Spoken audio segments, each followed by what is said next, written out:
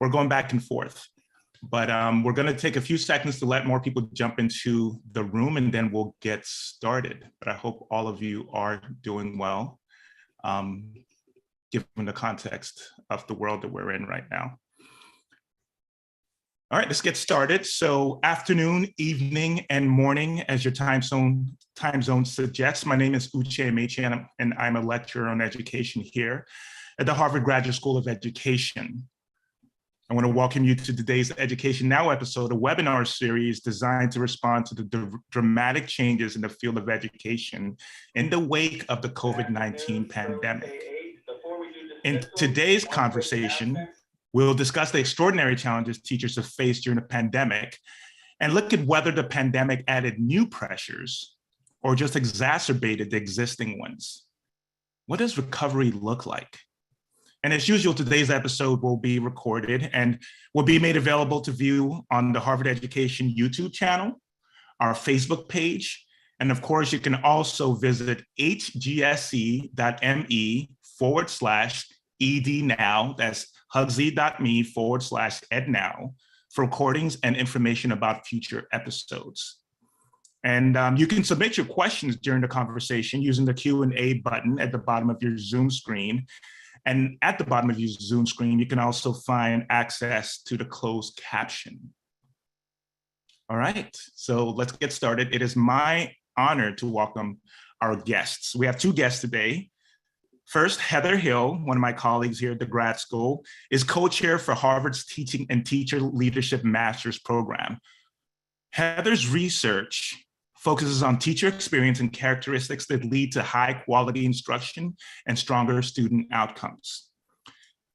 Carolyn Silva-Sanchez has spent a decade as an educator in Boston. Carolyn is our second guest today, where her career has interacted with charter, pilot, turnaround, and conventional school management models.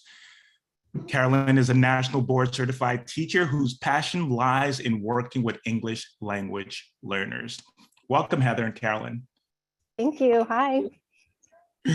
Excellent. I'm excited for today's conversation. Seeing as we don't have much time, let's just jump right in. So for Carolyn, can we start with you? Cool. Sure. Yep. So as an educator in a K-8 elementary school in Boston, what are some of the challenges and stressors that you've experienced? You know, stuff that might be leading teachers to leave the field. Big question, Uche. I think that similar to what we're hearing about in a lot of other sectors, the challenges that we're seeing in schools are not new to schools. They have been pre-existing, but the pandemic has really shone a light on them and sort of pushed the system and the people working within the system to an edge. And I think that one of the things, from my vantage point, teachers are struggling with is sort of this loss of autonomy or loss of control over what is happening in their classrooms. And, you know, during the pandemic, there were, as everyone experienced, a lot of changes daily. Are we teaching remote? Are we teaching in person? Are we hybrid? You know, who's going to come to school? Who's not? How are we making this happen? And then so that with a feeling of sort of district mandated or state mandated curriculums or approaches to teaching within the classroom, I think made teachers feel like, hold on, you know, where's my role? Where's my professional lens on this? And how am I taking what the research and the best practice is saying teachers should be doing? How am I making that my own and really delivering that content to the students that I work with? So whether that was a need for more SEL and just slowing down and taking the time to check in with students, or a reteach of things that just weren't acquired last year. The time and the ability to do that feels like non-existent for teachers in the classroom. So I think that has been tough. Indeed, it sounds like exactly when you need the ability to be more flexible and responsive to the students' developing needs, that's when you actually have less autonomy, less flexibility, and also less predictability. That's hard. So I'm going to connect that to a question I want to ask you, Heather. So thank you, Carolyn. So even before the pandemic, in the longer trend, do you feel like teachers' jobs have become hard or even harder? And then, of course, there is this last 2 years during the pandemic, if that's been an inflection point or just more of a continuation of the trend that Carolyn is talking about. Yeah, thanks, Uche. That's a great question. And I will say that everything Carolyn just said is in spades in the literature. So this is a long-term trend. We know that 20 years ago, if you were to walk in a classroom, you would see a teacher who was using her professional judgment to design instruction. So she would get to know the kids and what those kids need and think about and are interested in. The teacher would think about the content that she wants to communicate. And then she would choose teaching strategies that kind of glue the content into kids' minds, to sort of use a metaphor. Starting with No Child Left Behind, schools were under increased accountability pressures, especially around producing student outcomes on state tests.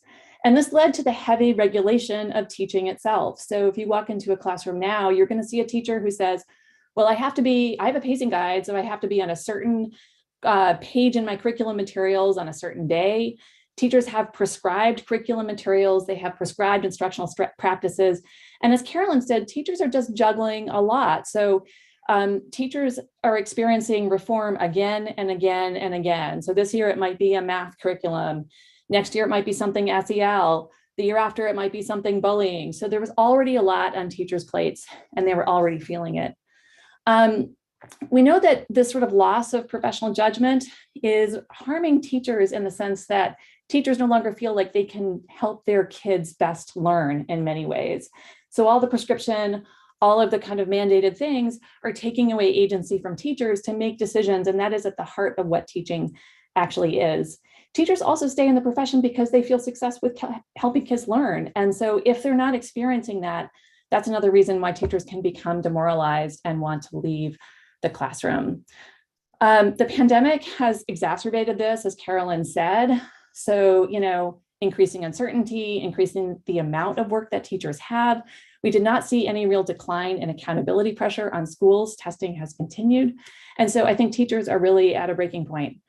One thing that we know about this is that there's a lot of studies that show us that teacher stress negatively impacts classroom climate for kids, negatively impacts student outcomes. And we also know teacher attrition, when there's teacher turnover, that also negatively impacts students in the long term, actually. Thank you, Heather. There's definitely a lot there that I want to probe on, but I was struck by, so we're talking about loss of autonomy and professional judgment is one of the ways you're talking about. One of the phrases that you mentioned, and taking away the teacher's agency, particularly when they need it. And that's been a larger trend punctuated during the pandemic. So given the research and the data that you're citing, and Carolyn, this is also an open question to you. Heather, I know you've started talking about some of these things, but what keeps teachers teaching? What could keep teachers in education? Mm-hmm. And perhaps I don't want to say caveat, but I'll add a follow-up to that question, which is, what scales? Now, perhaps you may actually have a question. You may question the premise of even adding that question about scaling.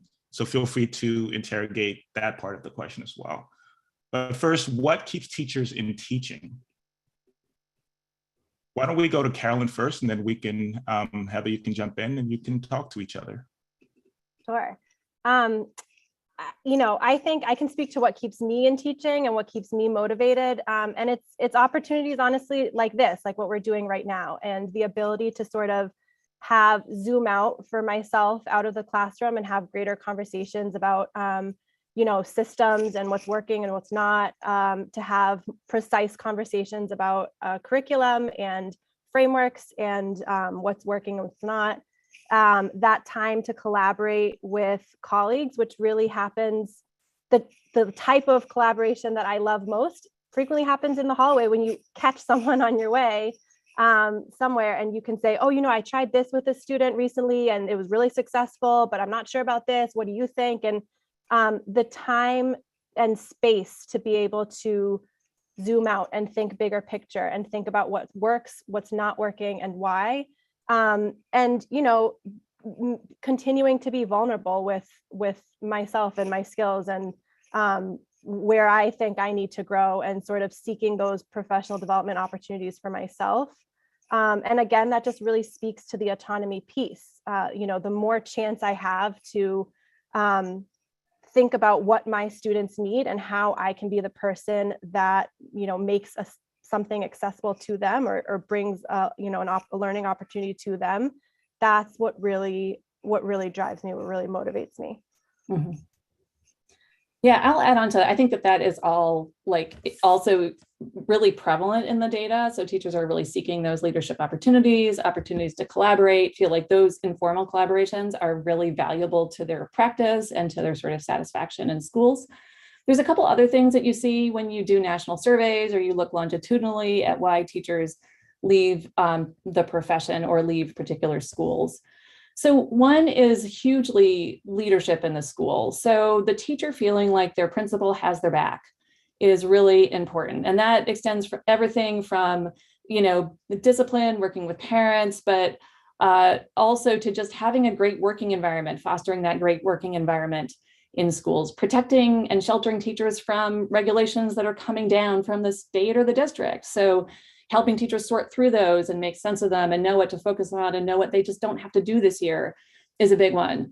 Helping teachers improve their teaching. So if you look at some really nice case studies that have been done by HGSE faculty like Susan Moore Johnson, when teachers feel like their principal is in it with them to help them improve their teaching for kids, they feel like they're growing and they feel rewarded, as opposed to situations where they feel like the principal is just fulfilling a sort of evaluative function, checking boxes, things like that. Surprisingly, another thing that works, or two more things that work, in this national data, you also see that principals in schools that have common ways of setting up expectations for student behavior, teachers tend to like to stay at those schools more, because I think it sort of gets kids engaged and oriented toward learning, and it makes teachers work a little bit easier. And then there's a really interesting literature on mindfulness interventions for teachers. And so Carolyn's smiling as if she's maybe experienced some of this, but this is research that's mainly done with volunteer teachers. But when it happens and these are pretty rigorous studies, when teachers engage in these mindfulness interventions, their classroom environments improve and kids seem to be experiencing a sort of qualitatively different set of outcomes. And then we can see positive down the line impacts on student outcomes as well. Can I just add one more thing? I just want to highlight one of the things that Heather said. I think, the importance of your school leadership is critical. And I think really, to that is the level of transparency that your school leader has. I think that one thing, at my school personally, that our school leader has done really well is just very clear, effective communication, daily, sometimes weekly, with what were the changes, what was coming down the pike, what we should prepare for, but also a great job, I would say, of filtering out what is not a problem that we need to be tackling right now, and so I wanted to highlight that of what you said, Heather. Oh, God. These are great suggestions and great answers. Fostering great working environment, helping teachers sort through like the different issues and prioritize things, helping teachers improve their teaching, mental health, so on and so forth.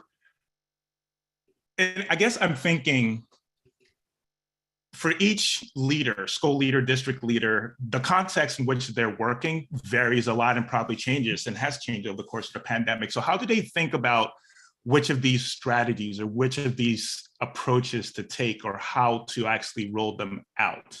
Again, from the perspective of a school leader, you've mentioned culture, you've mentioned community well-being, whether that be at the organizational, the culture part, or like actual individual teachers. So how do you think about that? Heather, maybe we can start with you, and then Carolyn. I can start, and then maybe Carolyn can choose what she would like to have done right away. I would say one of the more effective short-term things that principals can do, based on the literature anyway, is offer a mindfulness or some sort of mental health experience for teachers. I would not make it mandatory. I don't think mandatory is the right thing to do in these cases because some people aren't oriented in the way that they could take advantage of a mindfulness program. But if it's available to teachers and teachers take it up, I think it can really help with some of the short-term sort of stressors and other kinds of things going on in this particular school year. Another, as Carolyn said, is like just trying to be transparent and reducing the amount of uncertainty in teachers' world right now, saying like, we've had a tough couple of years and it's like time to stop and like just get through the school year, do the best that we can for kids. And that has to be the priority at this point. So that kind of filtering on the part of principals can be really huge for making sure teachers feel supported and are going to come back to teaching next year. Carolyn, do you have thoughts? Yeah, I mean, I agree with that. I think especially what you said in terms of just taking a beat and acknowledging like this has been an unprecedented, couple of years in schools. And I think also, again, just speaking from the things that my school leader has done a phenomenal job with is really reacting and changing the plan, like whether if it's a professional development plan, like this is what I had hoped to do for professional development, but you know what, this is the needs of my staff right now, and this is how I'm going to shift our professional development. So sort of that flexibility and just being in tune with your staff, with your climate and how people are feeling and how the morale is, and acknowledging that and making adjustments as needed, I think is important. This is great. Responsiveness, flexibility, candor, building this sense of team. And this concept of psychological safety that I always think about, like people feeling comfortable actually coming to the leader and saying, this is what we need. Because Heather, you were talking earlier about, yes, mindfulness activities, but don't make it mandatory. So presumably you're going to check with the teachers and the faculty and staff to figure out what they need, and they would need to feel comfortable doing that. Both of you have talked a lot, either directly or indirectly, about issues of mental health and mindfulness, both for the teachers, but also at the maybe school organizational level. I see a question here in the chat for both of you, actually. If you can talk maybe a little bit more broadly about mental health challenges that teachers and or students have experienced during the pandemic. Because I know, Heather, you mentioned how the teachers' kind of mental health or affect impacts the classroom. So everything round trips. And of course, we've had separate experiences that interrelated about the pandemic. So maybe, Heather, if we can start with you, and then Carolyn, you all can have a dialogue. Yeah, I mean, I think the teachers experienced all the mental health challenges that we all experienced, and then more as, working in classrooms with kids in a public health emergency. The kinds of things that I've heard are, people intending to leave, oftentimes, or last year in March, this time of year, you saw surveys of teachers saying like, I'm really done. Like, I can't do this anymore. It's just too much. It turns out actually many of them came back in the fall. And that really, I think, speaks to the commitment that teachers have to their kids, and not wanting to leave the kids or abandon their kids in their school. But, they're just sort of ongoing, like everything that you associate with stress, I think I've heard. So Carolyn, what are you hearing? Yes, sorry, we have a school announcements here, but yeah, I think that seeing kids in crisis, especially, I work with elementary school, the younger kids, but I know it's happening from colleagues that I have in other grade levels. It's across the board, but seeing kids in crisis and coming in each day to sort of to try and help and cope and manage that crisis has just been really hard. And, I think classroom teachers are facing that a lot. I think school psychologists, school counselors, even our admin teams, anyone who comes to respond to a student crisis, it has felt at times nonstop. And I think that, again, that speaks to sort of just what's been happening in society and how, students come in with everything that they are, and taking the time to stop the regular curriculum, stop what we normally do on a normal year, and really focus on social emotional learning and focus on, what can we do to make our students feel safe and feel that school, again, is a place that they can rely, and the adults in front of them are a place that they can come to for comfort. And I think that this just goes back sort of to that, autonomy piece, and allowing teachers to have the space to do that kind of work, I think has always been really important and is just critical now. Thank you. I want to ask another question that I'm pulling from the Q&A. And so listening to this conversation, teachers are facing a lot of uncertainty. Some of it has come from districts and schools as they're trying to come up with new strategies to more effectively support students. Some of it are these larger exogenous, like world issues. We've got COVID pandemic. We had a lot of other things that are going on. And some of it are actually what's going on within the school in response to these external influences. How should we be thinking about training teachers for an imprecise and uncertain future? Like, the world is not getting more predictable, it's getting more unpredictable, and everything seems to be more coupled nowadays. So maybe Heather, you want to start? Yeah, that's a really interesting question. It's one that the teacher education literature thinks about all the time.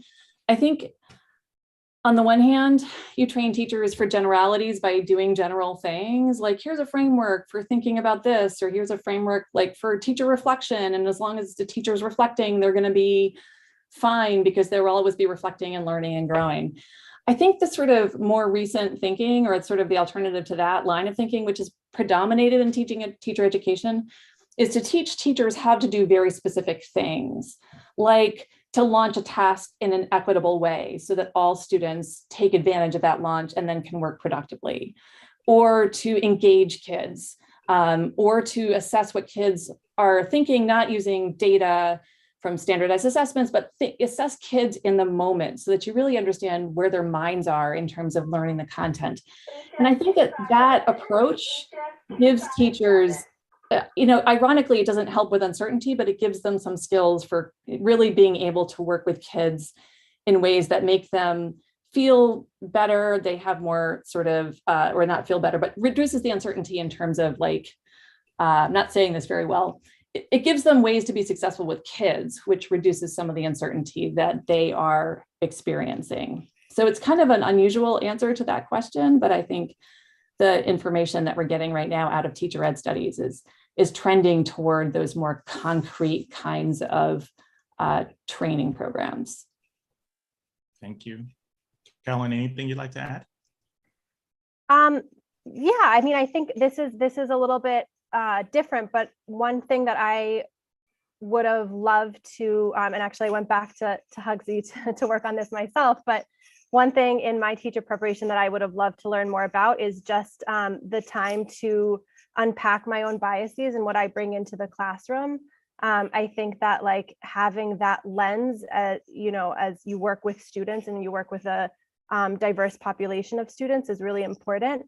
And I think what I'm seeing now is we are talking a lot about curriculums that we can put into place that are anti-bias, and but I think that adults need to do really a lot more work on themselves in terms of seeing what they bring to the classroom, what their experiences are, and what that might mean and represent to their students.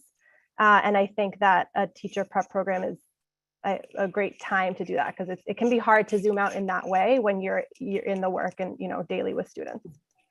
Well, that's excellent. And I think you're getting at what there's another question in the chat. Teachers, we can train teachers and we can think about the prep programs, but teachers don't teach in a vacuum. They're part of a system. So we've already talked a little bit about perhaps what the leadership in the system may need to think about doing. There is a question though that asks, are there best practices for parents to support teachers? What are family engagements? What about family engagement as a teacher retention strategy? Or family engagement in general? Well, I can speak as a parent. I don't know as an academic on this one, and maybe Carolyn can fill in. But I mean, we try to, as a family, we try to support our teachers by thanking them often, many, many times, like, with personal thank yous. we try to support whatever the teacher is deciding for our child. So we try to make sure that that is the teacher's professional judgment, and we agree with that professional judgment, and reinforce that at home with our kid. And so those are, I mean, just from a purely, I know a little bit about the profession, but just as a purely how I want to be treated as a teacher, that kind of resonates with me as a way that we also parent our kids. I love that. I don't have anything really in particular to add. I love that. I especially love that piece of, treating the teacher as a professional and trusting their professional, judgment. I think that that's important. Of course, it's a collaboration, right? And parents know their kids better than anyone. And that sort of two-way communication is critical. Mm-hmm.